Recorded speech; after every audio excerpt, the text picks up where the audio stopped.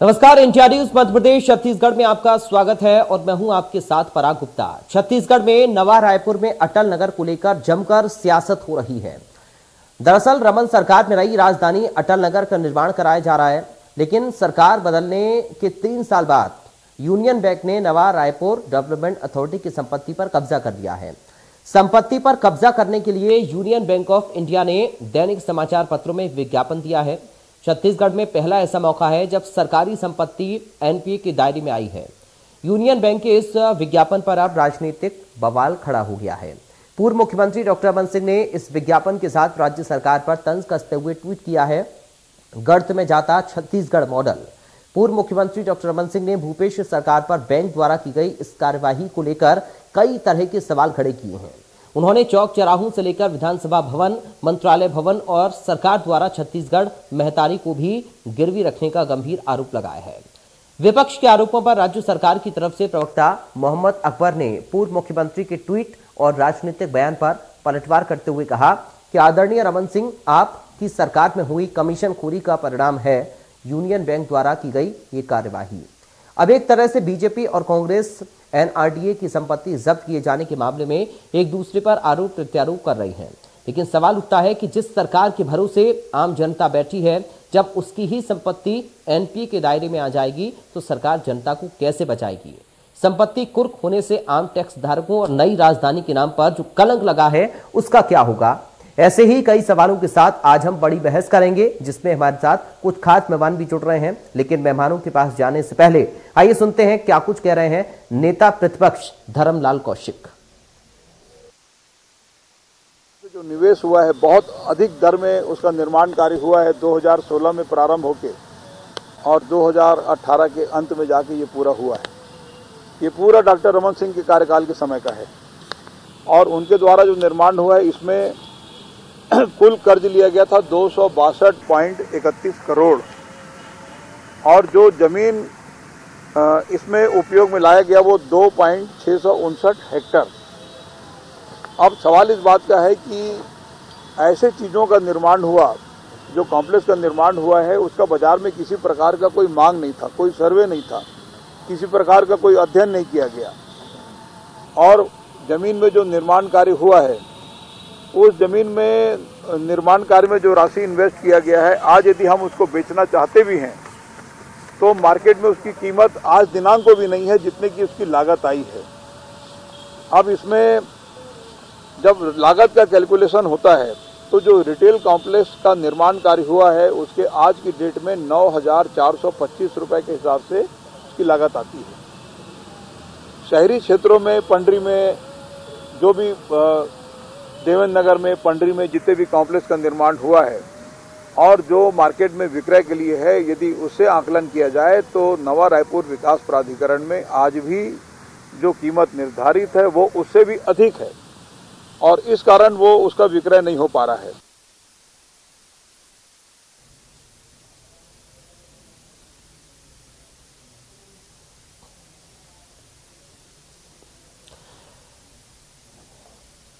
तो आप सुन रहे थे धर्मलाल कौशिक को।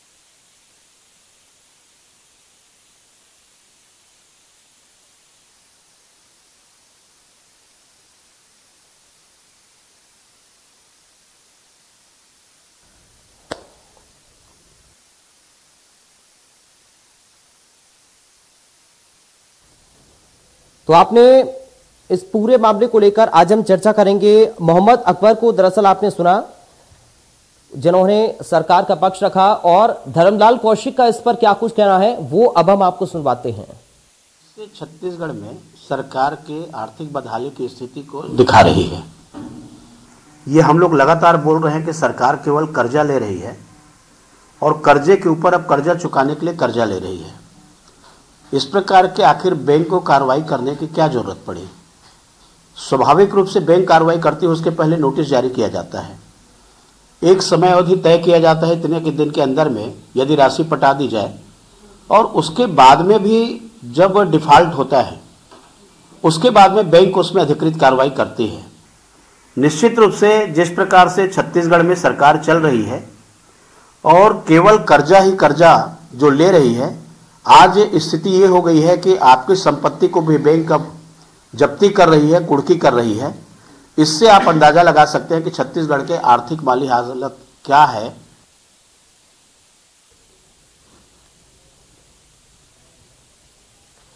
चलिए हमारे साथ कुछ खास मेहमान जुड़ गए, सीधा आपका परिचय करा दूं, चर्चा की शुरुआत करते हैं। कांग्रेस पार्टी से प्रवक्ता नितिन भंसाली हमारे साथ मौजूद हैं। नितिन भंसाली जी, आपका स्वागत है इंडिया न्यूज में। बीजेपी से नेता राजीव चक्रवर्ती हैं। राजीव चक्रवर्ती जी, आपका स्वागत है इंडिया न्यूज में।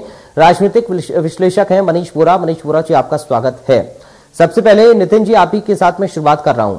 बीजेपी ये कह रही है, आप जवाब दीजिए इस बात पर कि आखिर क्या कुछ हुआ, कैसे सरकारी भूमि एनपीए के दायरे में आ गई, क्या कुछ आपकी सरकार कर रही है? ये तो आपने कलंक लगा दिया है। कौन कहता है कलंक लगा? कलंक तो 15 साल किए थे छत्तीसगढ़ सरकार में जब थे, और कलंक धुल गया है। उल्टा चोर कोतवाल को डांटे, ये वाली कहावत इनके आरोपों पर चरितार्थ होती है। मैं बता दूं, बिना प्रोजेक्ट के, बिना सर्वे के, बिना असेसमेंट के ऐसी क्या कर थी कि सिर्फ कमीशन खोरी करने के लिए और भ्रष्टाचार करने के लिए इन्होंने यूनियन बैंक से 262 करोड़ रुपए का लोन लेकर के भ्रष्टाचार और घोटाले का स्मारक कर दिया। तो मैं आपको बता दूं, अभी तक के 78 लाख रुपया इस लोक विरुद्ध अभी तक के चुकाया है।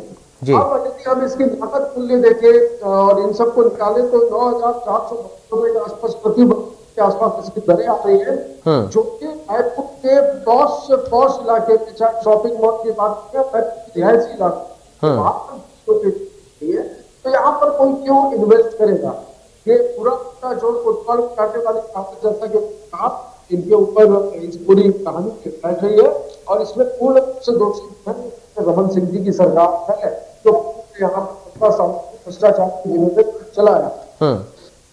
ठीक है, राजीव चक्रवर्ती साहब कह रहे हैं भंसाली साहब की कलंक तो अब धुला है और जो कमीशन खोरी आपके राज में हुई वो उजागर हो गई है।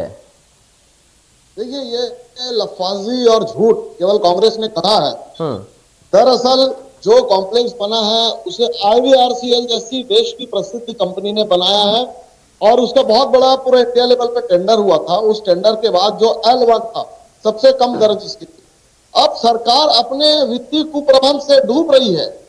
यहाँ पर देखिए, निर्माण कार्य बंद है, सड़कों की मरम्मत नहीं हो रही है, बिल्डिंगों की मरम्मत नहीं हो रही है, और ये अपने वित्तीय कुप्रबंध से एक सरकारी संपत्ति को बचा नहीं पाए हैं, और उसका ठीक लगा कहते हैं आपने ऐसा किया, आपने ऐसा किया। अरे हमारे 15 साल के स्वर्णिम इतिहास का आप मत बोलो। आपने पिछले 3 साल में क्या किया? इस पिछले 3 साल में केवल रेत की कमीशन खोरी, शराब का भ्रष्टाचार और ये शिक्षा मंत्री का भ्रष्टाचार, ये सारी कहानी जनता के सामने है। आप आज सवाल इस तरह से है कि आप क्या किया है पिछले 3 वर्षों में? इनका पूरी तरह से फेल हो चुका है। अब तक की चीज कॉम्प्लेक्स जो नया राजधानी बताया गया, कल को मोहम्मद अकबर जी क्यों बसाया गया? अरे भाई, रायपुर शहर का अपना दायरा था, इसमें वाणिज्य कॉम्प्लेक्स थी, जिसके ऊपर अलग अलग मंत्रालय बनाए गए, क्या वहां नहीं बना सकते? और हमने बनाया, और काफी देखिएगा कि हाउसिंग बोर्ड जब सेक्टर 1 से लेकर सेक्टर 27 चल रहे हैं, ये पूरी आबादी रह रही है, कह रहे हैं। बहुत ही दुखद है। कांग्रेस पार्टी को अपने प्रबंध का सम्मान लेना चाहिए, ठीक है, अच्छे से प्रबंध करना चाहिए। ठीक है सर, राजीव जी आपके पास आऊंगा, और आपकी आवाज में थोड़ा डिस्टर्बेंस है, उसको मैं ठीक करा देता हूं एक बार। लेकिन मनीष बोरा जी, ये छत्तीसगढ़ के मॉडल पर कैसा दाग लग गया है सर? देखिए, निश्चित रूप से ये जो स्थितियां निर्मित हुई है, ये निश्चित रूप से, जैसा कि मैं सारी चीजों को सुन रहा था, रामलाल कौशिक जी का बयान भी मैंने सुना, मोहम्मद अकबर जी का बयान भी मैंने सुना। इस पे एक छोटी सी चीज मैं बोलना चाहूंगा। मान लिया जाए कि ये होता है कि एक सरकार भी जो होती है वो एक परिवार की तरह होती है और राज्य के पालन पोषण और जनता के पालन पोषण के लिए होती है। मान लिया जाए किसी परिवार में कोई बड़े भाई आपके परिवार का संचालन पहले कर रहे थे, उसने कोई प्रॉपर्टी को खरीदा और खरीदने के बाद में वो प्रॉपर्टी में जो भी कुछ हुआ, उसको बाद में वो प्रॉपर्टी का परिवार का संचालन यदि छोटा भाई कर रहा है तो ये थोड़ी बोलेगा कि यार ये मेरे बड़े भाई ने किया था, बड़ा भाई मेरा ठीक नहीं था, उसने गलत सलत कर दिया। भाई प्रॉपर्टी तो सरकार की है, प्रॉपर्टी परिवार की है, उस परिवार की प्रॉपर्टी है, उस परिवार की की रक्षा करने की जिम्मेदारी जो तत्कालीन रूप से उस परिवार को संचालन कर रहा है, जो सरकार में बैठा है, उसकी जिम्मेदारी है। प्रॉपर्टी पहले क्या हुआ था क्या नहीं हुआ था ये तो सेकेंडरी मैटर है कि क्या हुआ था क्या नहीं हुआ। लेकिन वर्तमान में 3 साल से प्रदेश में कांग्रेस की सरकार है, तो क्या कांग्रेस की सरकार आने के बाद इस दिशा पर ध्यान नहीं दिएगा कि हमारे पास क्या क्या प्रॉपर्टीज हैं, उनको क्या है, उनकी क्या स्थिति है, कितनी प्रॉपर्टीज है जिनको बेच सकते हैं, जहां से हम रेवेन्यू कलेक्ट कर सकते हैं, ये सारी चीजों को ध्यान देने की आवश्यकता थी और इनको ध्यान देकर के हिसाब से उस पर काम करने की आवश्यकता थी। जब ये स्थितियां निर्मित नहीं हुई तो आप दूसरे पर दोषारोपण करके अपनी जिम्मेदारियों से तो बच नहीं सकते सही रूप से। और ये कतई अच्छा नहीं माना जा सकता कि कोई भी सरकार या कोई भी चीज की जो प्रॉपर्टी है उसकी नीलामी, यदि किसी परिवार की भी नीलामी होती है प्रॉपर्टी की, सारा परिवार एक बार उसको बचाने का प्रयास करता है। मुझे लगता है ये ऐसी स्थिति है कि यहाँ पर भारतीय जनता पार्टी और कांग्रेस को अपना राजनीतिक इस बात को सोचना चाहिए कि वो जो प्रॉपर्टी है वो सरकार की प्रॉपर्टी है और सरकार की प्रॉपर्टी में जनता की प्रॉपर्टी है, उसको हम कैसे बचा सकते हैं, ये कल हुआ है उससे कैसे बच सकते थे, इस पर प्रयास करने की आवश्यकता है, न कि एक दूसरे पर दोषारोपण करने की आवश्यकता है। ठीक है सर। अब नितिन भंसाली साहब, आप जो भी आरोप लगाए मगर जिम्मेदारी तो आप ही की है ना, सरकार आपकी है, तो आप कैसे इस विकास की नींव को हम और मजबूत करें और इस पूरे मामले को बैंक से निपटारा करें, इस पर अब आप लोग क्या कर रहे हैं? इस पर क्या करेंगे? जब बेतुका निर्माण हुआ 2 साल कोरोना काल में पूरे देश में किस प्रकार निकले, ये किसी से छुपा नहीं है, सब राज्य भी जानते हैं और सारे प्रदेशों की स्थिति भी आप लोगों को मालूम है। बिना जरूरत के नया रायपुर में अरबों रुपए का ये निवेश, सबसे पहले तो ये बर्बादी थी रुपयों की, आम जनता के रुपयों की बर्बादी थी और ये बर्बादी बढ़ती ही जा रही थी। अभी भारतीय जनता पार्टी के प्रवक्ता ये कह रहे थे कि ये कर दिया वो कर दिया। मैं इनको बोलता हूँ चलो 9,425 रुपया रेट आ रहा है इसका, जो भी बिल्ट एरिया है दुकानें कंप्लीट करने के बाद 9,425 रुपए में क्या भारतीय जनता पार्टी के पास तो बहुत पैसा है, 15 साल बहुत करप्शन किया है, बहुत कौन पैसा लगाएगा? राजेश सूरत लगाएंगे, मोहन अग्रवाल लगाएंगे, केदार कश्यप लगाएंगे, पूछिए क्या 9,425 में कोई खरीदेगा क्या? इसकी इंक्वायरी की है, पूरा सर्वे करवाया, ये रेट ही नहीं है वहां पर। लोगों ने उस समय आनंद बानंद में 262 करोड़ का लोन लेकर बिना किसी कार्य योजना के, बिना किसी प्रोजेक्ट के, बिना किसी असेसमेंट के, बिना किसी सर्वे उठाकर ये भ्रष्टाचार का हमारा खड़ा कर दिया। अब खड़े करने के बाद हमारे पास सरकार ने जब कांग्रेस को झटका दिया, ये देखा गया कि भाई ये जो है ये तो गड्ढा जो है बढ़ते जा रहा है और 9,400 रुपए कहीं पे उचित नहीं है रायपुर में। जहां तक मैं जानता हूँ, तक की भाजपा के लोग तो बहुत अच्छे से जानते होंगे, जमीन के व्यापार में पूरी तरह से लिप्त है और कई आरोप भी भाजपा के नेताओं के ऊपर लगते रहे। तो ऐसी स्थिति में यदि कोई नुकसान बहुत ज्यादा होगा, नुकसान बहुत ज्यादा किया जाए, मेरे हिसाब से कोई ये उचित नहीं था। और जो लोग देश की संपत्ति को बेचने का काम कर रहे हैं, किसी से नहीं छुप रहा है, रेल हो, हवाई अड्डे, ट्रेन हो, सब कुछ तो बेचने का काम कर रहा है, बैंक हो, इन सारी चीजों को जो लोग बेचने का काम कर रहे हैं उनको कम से कम इस बारे में पूछने का अधिकार नहीं है। यहाँ पे भी हम यदि देखें तो जनता के पैसों का जो नुकसान हो रहा था उसको बचाने का प्रयास किया गया। ठीक है राजीव चक्रवर्ती जी, इस संकट की घड़ी में सरकार को फंसाकर क्या बीजेपी खुद को पाक साफ सिद्ध कर रही है? देखिए, संकट हमने नहीं लाया, संकट इन्होंने खुद आमंत्रित किया है। पराग जी, संकट तो नहीं था। हमने भी 15 साल में इतने सारे हाउसिंग बोर्ड के प्रोजेक्ट थे, कमर्शियल प्रोजेक्ट थे, हमने होलसेल बाजार बनाया। अब वो आप पर बोलेंगे कि ये मार्केट रेट से ज्यादा है, इसकी लागत कम है, तो बहुत ही हास्यास्पद है। और जब ये कह रहे थे कि रेल बेचने की बात कर रहे थे, तो डिसइन्वेस्टमेंट एक अलग चीज है, आपकी प्रॉपर्टी का बिक जाना एक अलग चीज है। डिसइन्वेस्टमेंट में जो पॉलिसी है वो आपके मनमोहन सिंह जी ने और नरसिम्हा राव जी ने लाया था और बहुत सही पॉलिसी है। उस समय भी हमने स्वागत किया था, आज भी बोलते हैं कि देश को आगे बढ़ाने के लिए डिसइन्वेस्टमेंट पॉलिसी, देश को आगे बढ़ाने के लिए शासकीय संपत्ति बेच दो। नितिन जी थोड़ा सा रुकिए प्लीज। कर ले, ये बहुत दुखद है। ये आपके कुवित्तीय प्रबंध का नतीजा है। बार बार शास्त्रियों ने कहा था कि आप अपनी कम करिए, संस्थागत खर्च कम करिए, अपने आय को बढ़ाइए, लेकिन तो बाकी से ऐसा कांग्रेस नहीं कर पाई। तो आपने क्या किया? आप लोगों ने क्या किया? नया रायपुर के लिए क्या किया? चल तो बताओ तो भाई। पत्थर कहीं और रखा था, शिलान्यास कहीं और हुआ था, बना कहीं और की, और बिल्डिंगें तान दी और रोडें खड़ी कर दी। आपने नया रायपुर को बसाने के लिए क्या किया भाजपा ने? बताइए। अरबों खरबों रुपया जनता की गाड़ी कमाई का खर्च कर दिया। क्या किया आप लोगों ने? आपको बोलने का अधिकार नहीं।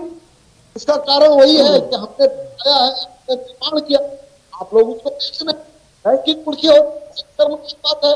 आप शर्म से पहचान लीजिए, अपने इनकम को बढ़ाइए और अपने खर्चों को कीजिए। अरे राजीव भाई, ठीक है, कर लो यार। ठीक है, चलिए राजीव जी, आवाज आपकी थोड़ी दिक्कत है, नेटवर्क का इश्यू है, उसको या तो आप अपनी तरफ से ठीक करिए। मैं पीसीआर टीम से भी कहना चाहूंगा इसको थोड़ा देखें। मनीष जी, अब आरोप लगा रही है कांग्रेस पार्टी बीजेपी पर, उनकी सरकार में पूरा कमीशनखोरी हुई और गलत तरीके से इस पूरे मामले को किया गया, और अब आरोप कांग्रेस पार्टी के ऊपर बीजेपी लगा रही है कि साहब आप इस मामले को हैंडल नहीं कर पा रहे हैं। लेकिन इसमें ठग कौन रहा है? जनता? पैसा किसका है? जनता का। निश्चित रूप से इसमें पूरी तरीके से पैसा जो है जनता का है, और जनता का जो गाड़ी कमाई का पैसा जो वो टैक्स के रूप में सरकार देती है, वही पैसा जो है वो वहां पर लगा है। उसी पैसे का जो है दुरुपयोग वहां पर हुआ है, चाहे भारतीय जनता पार्टी ने किया चाहे कांग्रेस। मैं मान लेता हूं कि भारतीय जनता पार्टी ने गलत निर्णय लिया। जैसा कि अभी जी कह रहे थे कि एक्सप्रेसवे बना था, वो अपन बात कर लें, फुट ओवर बन रहा था उसकी बात कर लें, बाकी तमाम निर्णय मान लिया जाए भारतीय जनता पार्टी के गलत थे, निश्चित रूप से कोई उसमें दो राय नहीं, इसको एक्सेप्ट कर लिया जाए। तो 3 साल की सरकार राज्य में है, तो 3 साल से आपकी सरकार क्या कर रही है? न तो वो एक्सप्रेसवे आज तक पूरा हो पाया, न वो फुटबॉल हो पाया, न नई राजधानी में कुछ निर्णय हो पाया। नई राजधानी में आप जाकर के देखेंगे तो वहां पर केवल मुझे एक काम नजर में आया अब तक, वो जो जहां पर लोहे की जालियां लगी थी उसको निकाल के वहां पे पीवीसी के पोल लगा दिए गए। यही एक काम मुझे नजर आया। इसके अलावा कोई काम वहां पे क्या मंत्रिमंडल की बैठक होती है नया राजधानी में? बिल्कुल नहीं होती। मंत्रिमंडल की बैठकें जो है सीएम हाउस में होती है। तो ये तमाम इसमें भारतीय जनता पार्टी ने क्या और क्या अंततः इन सारी चीजों का भुगतान किसको भुगतना पड़ता है? इसका भुगतान देश को भुगतना पड़ता है। जब भी कोई बड़ी समस्या देश के सामने या प्रदेश के सामने आती है तो सरकारें आज करके एक नया सेस लगा देती है और वो जनता के माध्यम पर देती है। तो इन क्लियर नहीं है बिल्कुल भी। ये जो सत्ता में बैठते हैं जनता की जो सुविधाएं हैं उनकी हो जाएंगे तो कैसे जनता अपने आप को सर्वाइव कर? ठीक है नितिन जी, सरकार बनते ही क्यों नहीं इस मामले को उजागर कर दिया आपने? अगर लग रहा था कि इसमें कमीशनखोरी हुई है, बहुत जल्दी से एक फाइनल कमेंट आपका चाहूंगा 10 सेकंड में इस पर। जैसे ही पता चला है वैसे करस्पॉन्डेंस इस मैटर में हुआ है, और अभी आदरणीय वोरा जी कह रहे थे कि नया रायपुर में कांग्रेस को 3 साल हो गए, कांग्रेस ने क्या किया है? तो मैं बता दूं, हमने पूरी प्लानिंग की थी नया रायपुर को बसाने की नहीं थी, चल भी रहा है, उस पर वर्क भी चल रहा है, उस पर काम भी चल रहा है। यदि ये 1.5-2 साल का कोरोना काल नहीं होता तो शायद हम नया रायपुर को बसाने में 50% सफल हो चुके होते। ठीक है, सीएम हाउस, राजभवन, अधिकारियों के, कर्मचारियों, तो किसी भी तरीके से नया रायपुर में लोग जाकर रहना शुरू किए, सरकार की प्राथमिकता ही। ठीक है राजीव जी, बहुत जल्दी से आपका 10 सेकंड में एक फाइनल कमेंट चाहूंगा, उसके बाद वाइंड अप। नहीं, हम तो आपके चैनल के माध्यम से बोलेंगे कि कृपया करके सरकारी संपत्तियों को बचा लीजिए, छत्तीसगढ़ महतारी की लाश को बचा लीजिए, बचा लीजिए, और इतने सारे बिल्कुल वो तो डिसइन्वेस्टमेंट पॉलिसी है, लोगों को रोजगार मिलेगा। देश की सोचो भाई, सफेद हाथी कोई नहीं। ठीक है सर, उम्मीद कर रहे हैं कि कम से कम इस मामले का निपटारा जल्दी हो, उम्मीद कर रहे हैं सर। बहुत शुक्रिया आप सभी का, बहुत शुक्रिया। चर्चा में समय इतना ही। नितिन जी आपका शुक्रिया, राजीव जी, मनीष जी आपका बहुत शुक्रिया। सरकारी संपत्ति पर सियासत जारी है। नमस्कार।